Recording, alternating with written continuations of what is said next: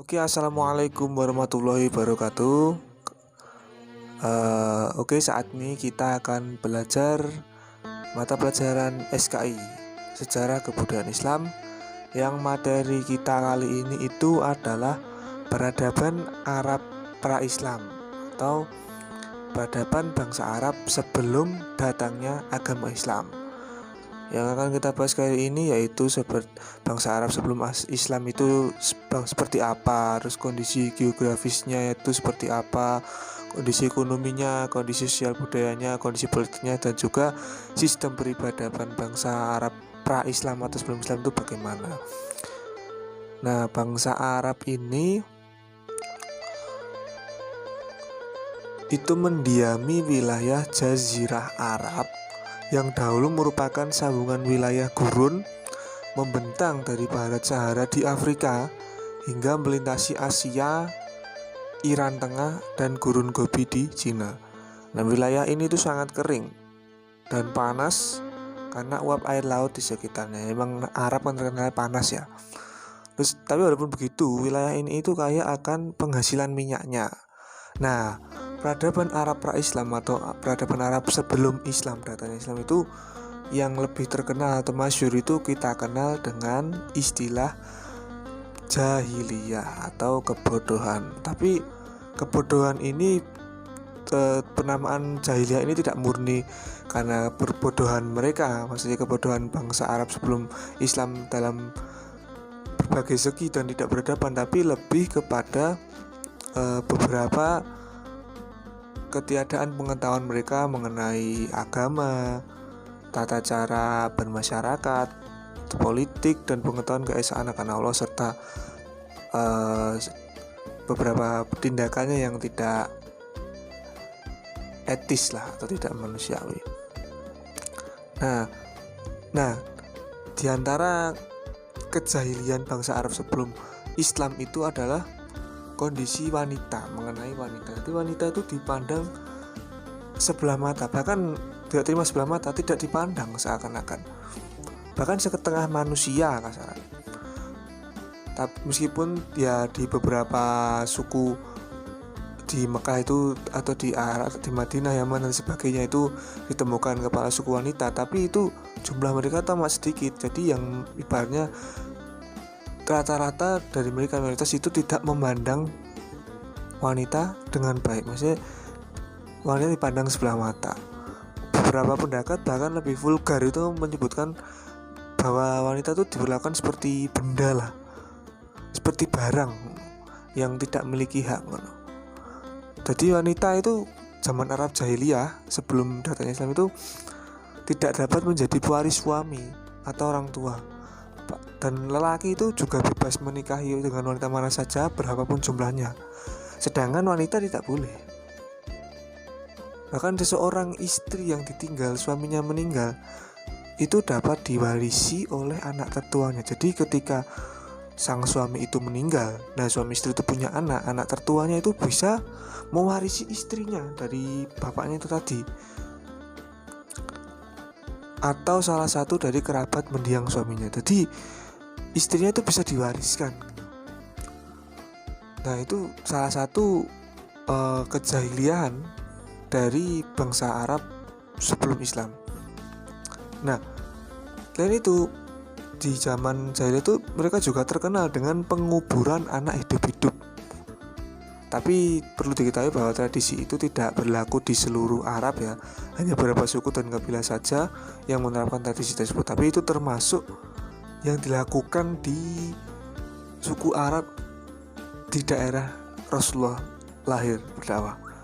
Yang kita ketahui juga Sayyidina Umar bin Khattab dulu juga pernah dikatakan dan pernah mengubur anaknya itu sebelum masuk Islam. Jadi tradisi tersebut dilakukan dengan dasar bahwa anak yang kebanyakan itu perempuan adalah penyebab kemiskinan, aib bagi keluarga.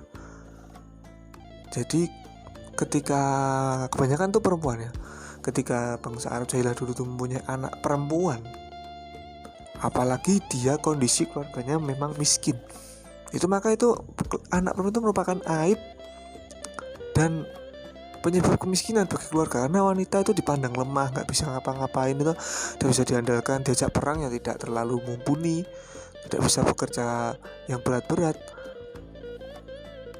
Nah, ketika mereka kalah dalam peperangan, maka istri atau anak mereka anak perempuan mereka dirampas oleh musuh, itu mereka nggak ngapa-ngapa, karena mereka beranggapan lebih baik membunuh mereka.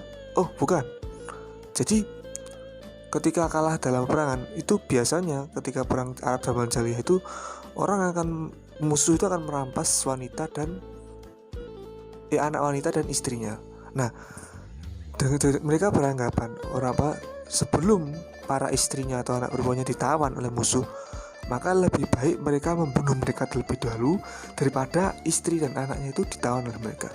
Jadi bukannya dilindungi atau dikon lunga atau enggak, tapi lebih baik dibunuh dulu daripada nanti ketika mungkin kalah, maka mereka istrinya atau anak perempuan mereka akan ditawan. Oke, selanjutnya yaitu kondisi geografis Jazirah Arab ya. Nah, Jazirah Arab itu berada di bagian darat Asia, itu sebuah semenanjung terbesar di peta dunia. Wilayah itu memiliki seluas sekitar 1.745.900 km dengan deretan padang pasir yang menjadi ciri khas daratan ini ya. Seperti tadi yang dijelaskan bahwa Jazirah Arab itu terkenal dataran yang panas ya, karena memang deretan padang pasir menjadi ciri khas dataran ini. Semenanjung ini itu berbatasan dengan Teluk Oman dan Teluk Parsi di sebelah timur, Laut Merah di sebelah barat, Laut India di sebelah selatan, serta Irak dan Syria di sebelah utara.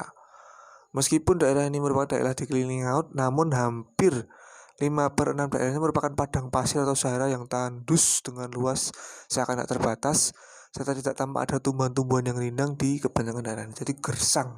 Memang berapa ada sedikit oase, cuma mayoritas daerah itu gersang, panas, dan tandus.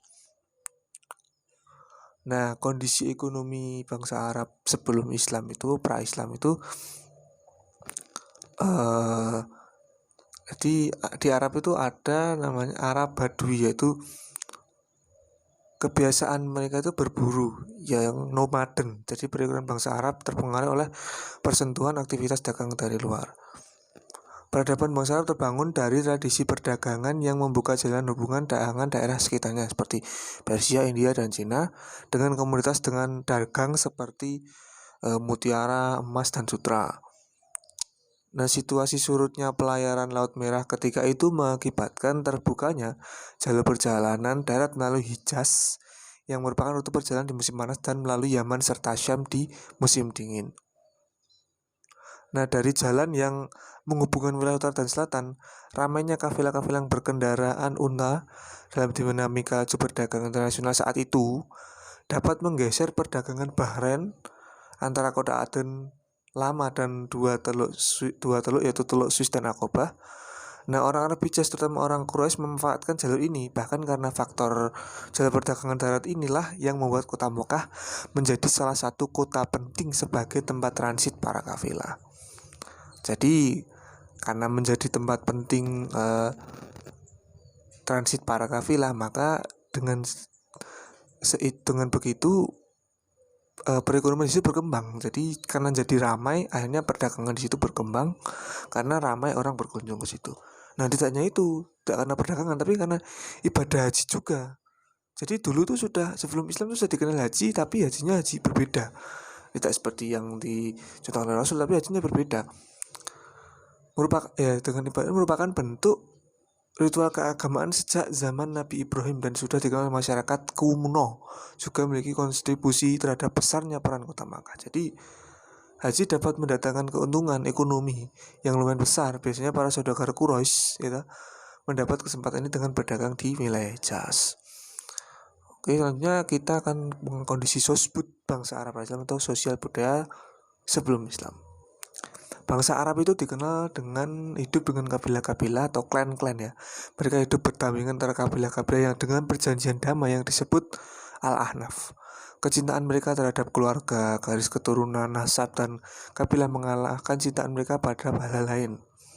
Ya, makanya sampai sekarang orang Arab atau orang yang berketurunan Arab pasti mereka akan menyematkan semacam marga, entah itu yang keturunan Dzurriyyah Rasul atau bukan. Pasti ketika dia keturunan Arab pasti akan menyematkan marga, yang mana kita sudah tahu, oh keturunan Arab pasti ada marganya, baik itu yang keturunan Dzurriyyah Rasul atau yang orang biasa seperti As-Sakaf, Al-Jufri, Al-Habsyi, Al-Idrus. Itu setiap anak turunnya pasti akan menggunakan nasab seperti itu. Bahkan yang lain yang bukan bangsa Arab, yang bukan Dzurriyyah kan juga seperti itu.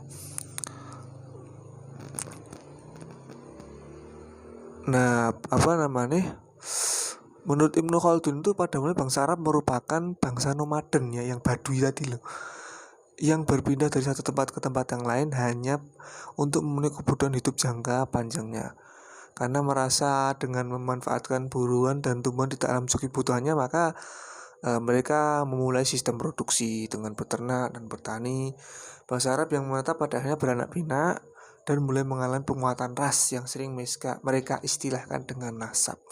Penguatan nasab ini tercermin dalam penggunaan alam kunyah atau nama yang turut menyebutkan garis keturunan, biasanya diistilahkan dengan menyandarkan garis keturunan laki-laki. Seperti yang saya sudah jelaskan tadi ya, kalau yang dulu itu ada Al-Habsyi, ada As-Sakaf, ada Al-Idrus, ada Ba'akil, ada Bilfaqih. Kalau yang mungkin bukan dulu seperti ada Pahlavi itu juga.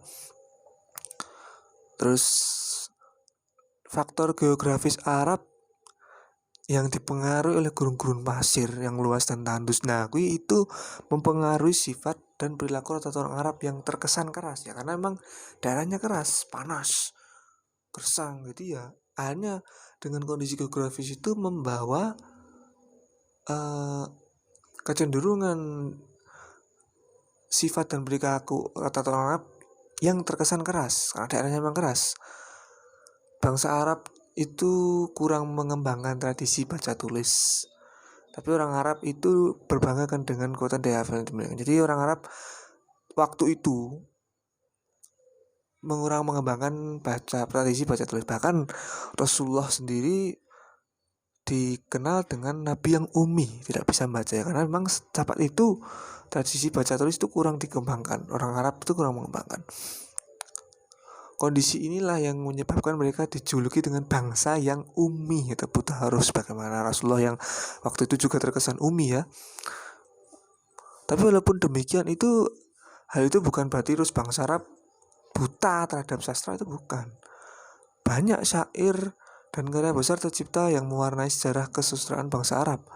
Lambat laun kemudian budaya tulis menulis mulai mengalami perkembangan. Selain dari faktor internal, tradisi tulis bangsa Arab itu juga dipengaruhi oleh faktor eksternal, yaitu persentuhan karena persentuhan dari bangsa Romawi dan para bangsa Yunani juga.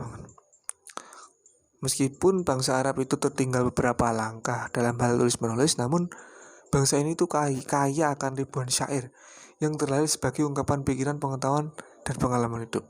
Kumpulan syair ini biasanya dinamakan dengan diwan.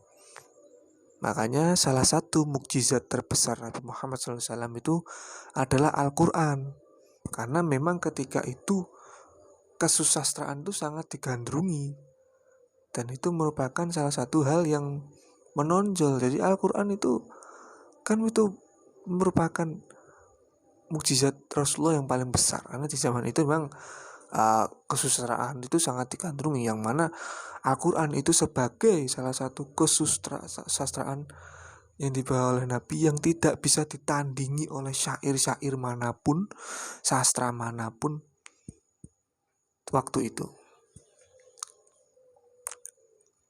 Bentuk sastra yang dimiliki bangsa Arab itu cukup variatif ya, diantaranya berupa nasr atau prosa, amsal, perumpamaan, khitobah, pidato, dan lain sebagainya. Nah, seiring dengan tadi ya perdagangan yang ramai, perdagangan internasional yang ramai, kota Hijaz itu menjadi tempat berkumpulnya penyair-penyair dari berbagai penjuru.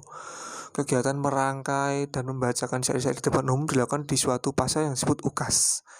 Di antara syair-syair tersebut yang terpilih sebagai syair yang terbaik, kemudian akan digantungkan di dinding-dinding Ka'bah yang disebut mu'allaqat. Hal tersebut dilakukan sebagai apresiasi kepada orang yang menciptakan syair tersebut. Ya, kemudian selanjutnya ada kondisi politik bangsa Arab pra-Islam. Nah, bangsa Arab ini waktu itu diapit dua kerajaan besar. Letaknya itu sangat strategis sebagai kawasan penyangga, mengakibatkan wilayah Arab ini dijadikan perebutan dalam mempertahankan kekuasaan politik di Timur Tengah oleh dua imperium yang besar, yaitu Bizantium dan Persia. Nah, ini terdapat dua hal yang mewarnai persaingan politik di Jazirah Arab. Pertama adalah persaingan dua imperium, Romawi dan Persia. Yang kedua adalah persaingan antara Yahudi, Nasrani dan pengikut Zoroaster. Jadi persaingan hegemoni agama. Kalau yang pertama persaingan imperium besar Romawi dan Persia, yang kedua persaingan hegemoni agama atau kepercayaan. Kondisi perpolitikan internal bangsa Arab pra-Islam itu, terutama Bani Quraisy, banyak diwarnai dengan perselisihan dan perebutan kekuasaan. Ketika Abu Dar meninggal, itu salah satu pentolan ya, pada salah satu tokoh Arab pra-Islam. Saat itu terjadi perebutan penguasaan Mekah antara Bani Abdul Manaf dengan Bani Abdul Dar. Ada 5 hal yang diperebutkan oleh para Bani ini, yaitu Siqoyah, pengelolaan air, rifadah, perbajakan dan penyantunan masyarakat miskin yang kemudian jatuh ke tangan Bani Abdul Manaf, serta liwak kebijakan perang, hijabah pemegang kunci Ka'bah, dan Dar an-Nadwa, tempat perkumpulan, yang kemudian jatuh pada Bani Abdul Dar. Pada masa selanjutnya, kepemimpinan rifadah dan Siqoyah dipegang oleh Hashim, dan setelah Hashim meninggal, terjadi perselisihan antara Abu Thalib dengan Umayyah. Perselisihan ini terus berlanjut sampai air Zam-Zam berhasil ditemukan oleh Abdul Muthalib dan yang kemudian menjadi pengendali suku lainnya. Nah, kemudian sistem peribadatan bangsa Arab pra-Islam. Jadi sistem peribadatan sebelum datangnya agama Islam. Pada permulaannya itu bangsa Arab Quraisy itu telah mengikuti dan meyakini ajaran agama Nabi Ibrahim, ajaran dan Nabi Ismail, yaitu ajaran yang dikenal dengan Hanifiyah. Hanif yang berarti lurus, benar dan lurus, yang memang dibawa oleh Nabi Ibrahim dan Nabi Ismail. Jadi lurus maksudnya itu masih dalam koridor benar, jalan yang lurus dan benar. Karena itu dulu ajaran tauhid sudah mengakar di hati masyarakat Arab. Nah, kemudian pembauran dan pergaulan dengan bangsa lain mempengaruhi kepercayaan mereka. Tetapi seiring berjalannya waktu, ajaran tersebut mengalami perubahan. Yang Hanif tadi mengalami perubahan, penambahan dan pengurangan yang dilakukan oleh para pengikutnya yang tidak bertanggung jawab, oleh oknum tidak bertanggung jawab. Kemudian muncul berbagai ajaran yang meragukan dan akhirnya jatuh menjadi penyembah berhala yang dibawa oleh Amr bin Lu'ay al-Khuzai, yang awalnya sudah menganut agama yang Hanif yang dibawa oleh Nabi Ibrahim. Karena ulah-ulah oknum-oknum tertentu, kemudian jatuh kepada kepercayaan atau peribadatan yang sesat, yang bahkan menyembah berhala, yang dibawa oleh Amir bin Lu'ay bin al-Khuzai salah satunya. Nah, pada masa jahiliyah ini Arab Quraisy itu banyak yang menyembah berhala atau patung-patung yang mereka buat sendiri dari batu, entah dari batu atau kayu dan logam. Nah, yang menyebabkan bangsa Arab menyembah berhala dan batu ialah barang siapa yang meninggalkan kota Mekah harus membawa batu-batu yang ada di tanah haram Ka'bah. Hal itu mereka lakukan dengan maksud menghormati tanah haram dan untuk melihatkan cinta mereka terhadap Mekah. Kemudian setiap tempat persinggahan mereka meletakkan batu itu dan bertawaf mengelilingnya seperti mengelilingi Ka'bah. Proses ini berlangsung terus-menerus hingga akhirnya mereka menyembah apa yang mereka sukai dan yakini. Nah, berawal dari membawa batu-batu ini, kemudian akhirnya menyimpang, yang mana hanya batu-batu ini dijadikan sesembahan daripada mereka.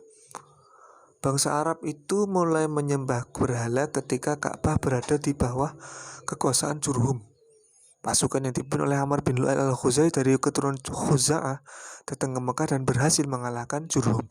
Kemudian Amr bin Lu'ay tadi meletakkan sebuah berhala besar bernama Hubal yang terbuat dari batu akik berwarna merah berbentuk patung manusia yang ditempatkan di sisi Ka'bah. Yang kemudian ia itu menyuruh kepada para penduduk Hijaz supaya menyembah berhala itu. Di samping itu banyak lagi berhala-berhala yang lain seperti Al-Lata di Taif, dan menurut Syakif penduduk Taif, Al-Lata ini adalah berhala yang paling tua. Kemudian Al-Uzza yang kita kenal, kata kita dulu belajar apa SK itu ada Lata, Uzza, dan Mana. Nah, Al-Uzza ini ada di Hijaz, kedudukannya sesudah Hubal. Kemudian ada Manat di dekat kota Madinah yang dimuliakan oleh penduduk Yastrib atau Madinah. Kemudian tidak hanya menyembah berhala, tapi beberapa bentuk pemujaan yang dilakukan oleh bangsa Arab sebelum Islam itu yaitu pertama ada menyembah malaikat. Di antara bangsa Arab ada yang menyembah malaikat karena mereka menganggap bahwa malaikat itu adalah putra-putri dari Tuhan. Kemudian ada yang menyembah jin, ruh, dan hantu. Sebagian bangsa Arab itu menyembah jin, ruh, dan hantu dan arwah leluhur mereka, atau menganggap batu-batu sebagai makhluk yang terhormat.